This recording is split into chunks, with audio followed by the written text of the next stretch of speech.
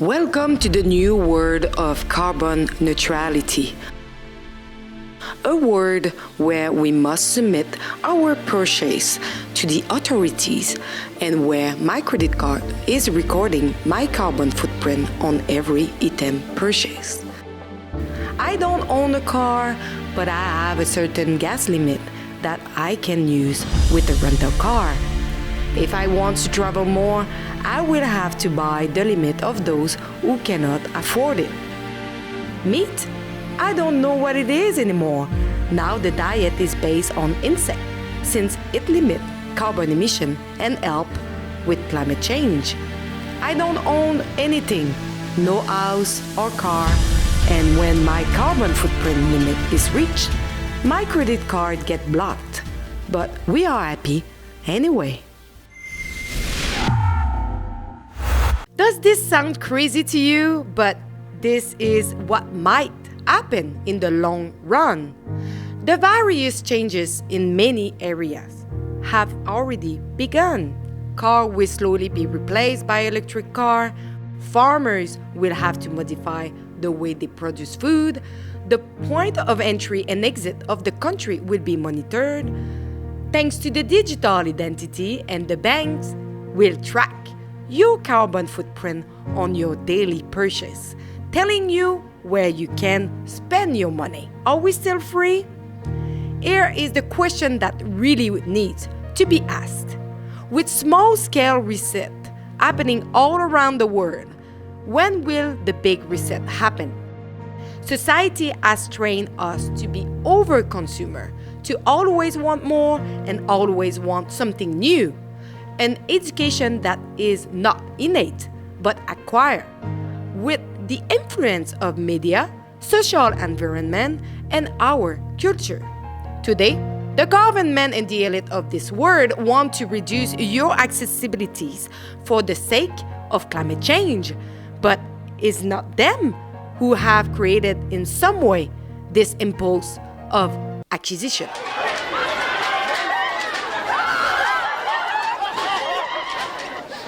Is it not also the reason why the big bank of this world have created credit card?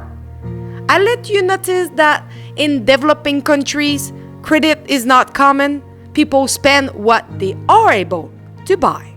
Banks now wants to control how you spend in the near future.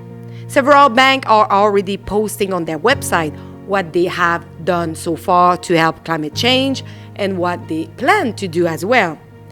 Two organizations, the Network of Central Bank and Supervisor for Greening the Financial System, NGFS, an expanding group of central bank and supervisor, and the Task Force of Climate-Related Financial Disclosure, a body created by the G20 Financial Stability Board, are working with financial institutions to modify financial action to achieve a greener economy.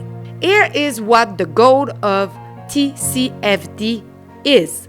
Through widespread adoption, financial risk and opportunities related to climate change will become a natural part of company risk management and strategic planning process. At this occur, companies and investors understanding of the potential financial implication associated with transitioning to a lower carbon economy and climate-related physical risk will grow. Information will become more decision useful, and risk and opportunities will be more accurately priced, allowing for the more efficient allocation of capital.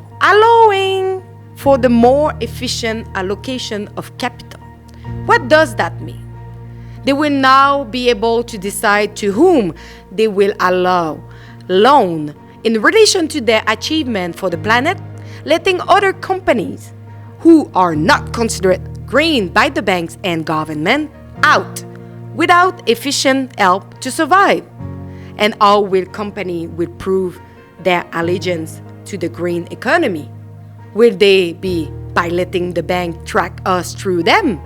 Most bank and financial institutions are affiliated with or support both organizations such as CIBC, Bank of Canada, Caisse de dépôt et placement du Québec, BMO, Financial Group, Desjardins Group, National Bank of Canada, and way more.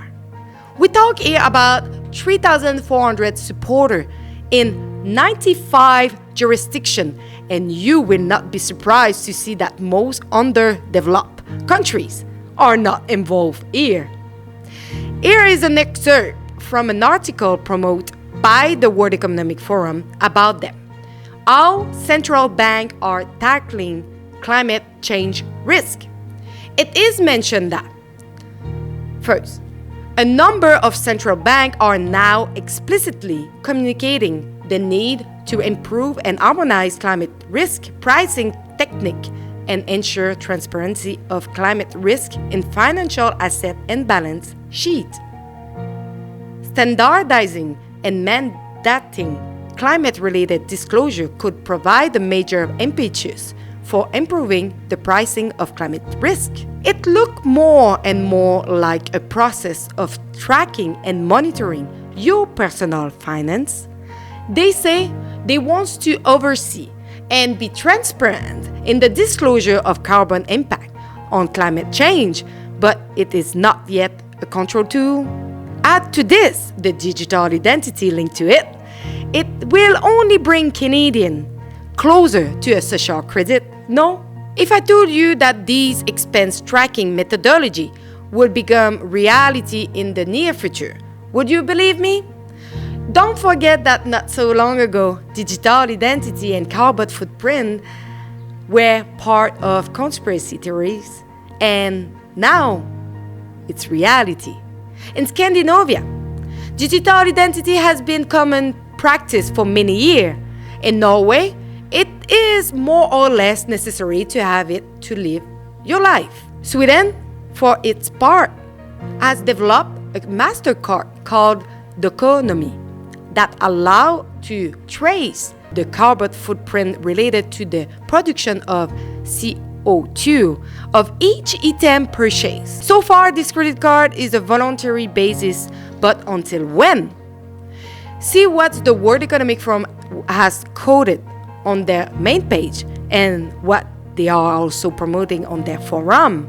In 2018, Doconomy, a Swedish fintech, took on the challenge and launched Do, a mobile banking service for everyday climate action. The Do app is connected to a credit card that enables users to track and measure their carbon footprint from each purchase and to compensate for its impact day by day. This spring, Doconomy took its fight against climate change one step further by adding a premium credit card to its offer. But instead of introducing a premium credit card with the typical benefits that encourages further mass consumption, Doconomy did the opposite by launching Do Black, the world's first credit card with a carbon limit. Simply put, it's the first credit card ever to stop you from overspending. Not based on your available funds, but rather on the levels of CO2 emissions caused by your consumption. Even political commentator Eva Vlaardingerbroek mentioned in an interview that the CEO of one of the largest Dutch banks mentioned the possibility of a carbon credit wallet. Yesterday in the Dutch media, we saw a perfect example of what it could entail in the near future. We had the CEO of one of the largest Dutch banks say, why don't we start with a personal carbon credit?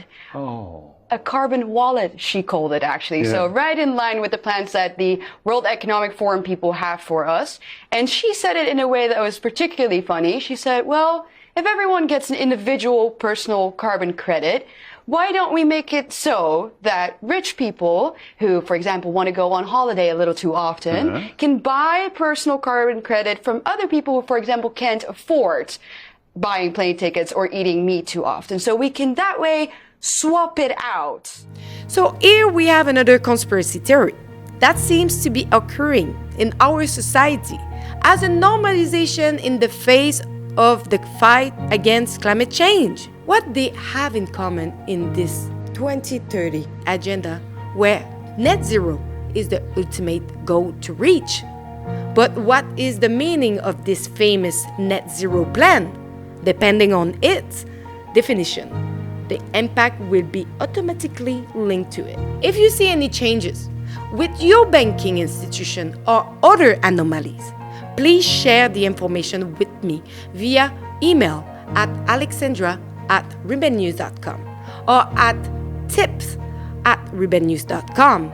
We need to stop all the big corporations and the government from dictating our life and especially your hard-earned money. A bank is supposed to keep your financial assets safe, and under no circumstances should it interfere with your spending and especially not record and track you. I hope you enjoy. Was Alexa for Riben News. As you know, at Riben News, we want to expose the World Economic Forum and the Great Reset. And our team is working hard to create the new docuseries with many different episodes. So if you want to see all of it, you can do so at exposethereset.com. And as well, you can chip in to help them to continue to expose the World Economic Forum because it's really important that will change our future.